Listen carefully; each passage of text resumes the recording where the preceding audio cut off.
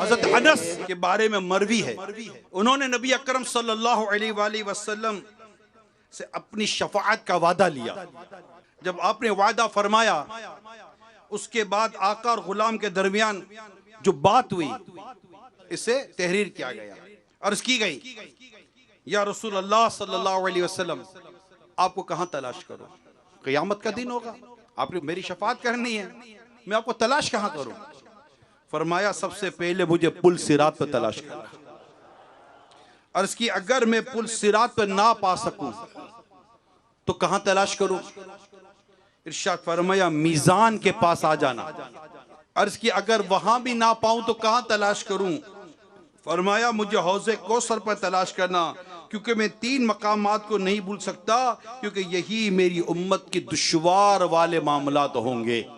ये प्यारे आका सल्लल्लाहु ताला अलैहि वसल्लम की हम पर कितनी बड़ी करम नवाजी है।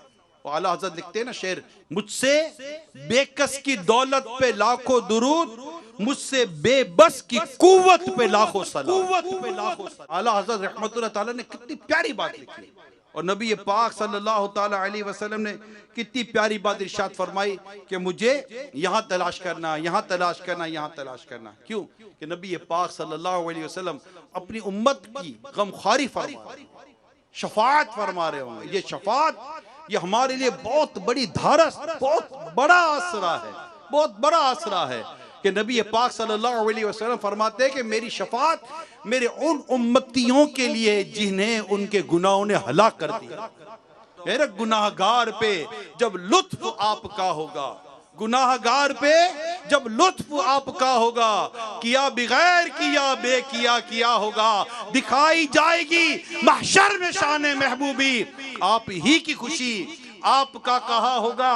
कोई करीबे तराजू, कोई लबे कौसर, कोई सिरात पे उनको पुकारता होगा। ये बेकरार करेगी सदा गरीबों की, मुकद्दस आंख से तार अश्क का बंदा होगा।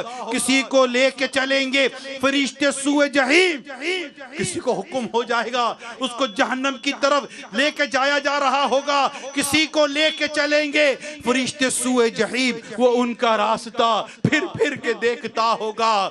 शिकस्ता पाहूं मेरे हाल की खबर कर दो, शिकस्ता पाहूं मेरे हाल की खबर कर दो। कोई किसी से ये रो रो के कह रहा होगा, अजीज बच्चे को माँ जिस तरह तलाश करे, खुदा गवाह है वही हाल आपका होगा।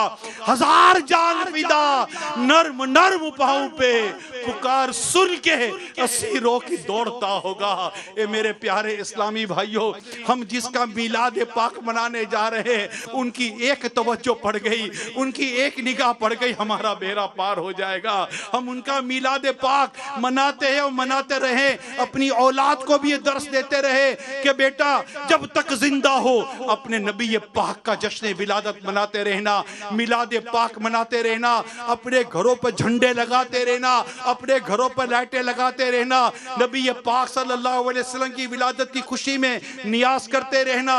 मेरे बच्चों, कभी भी इसको छोड़ना मत कि तुम पर जब नबी पाक सल्लल्लाहु अलैहि वसल्लम की एक रहमत की नजर पड़ गई, तुम्हारा बेड़ा पार हो जाएगा।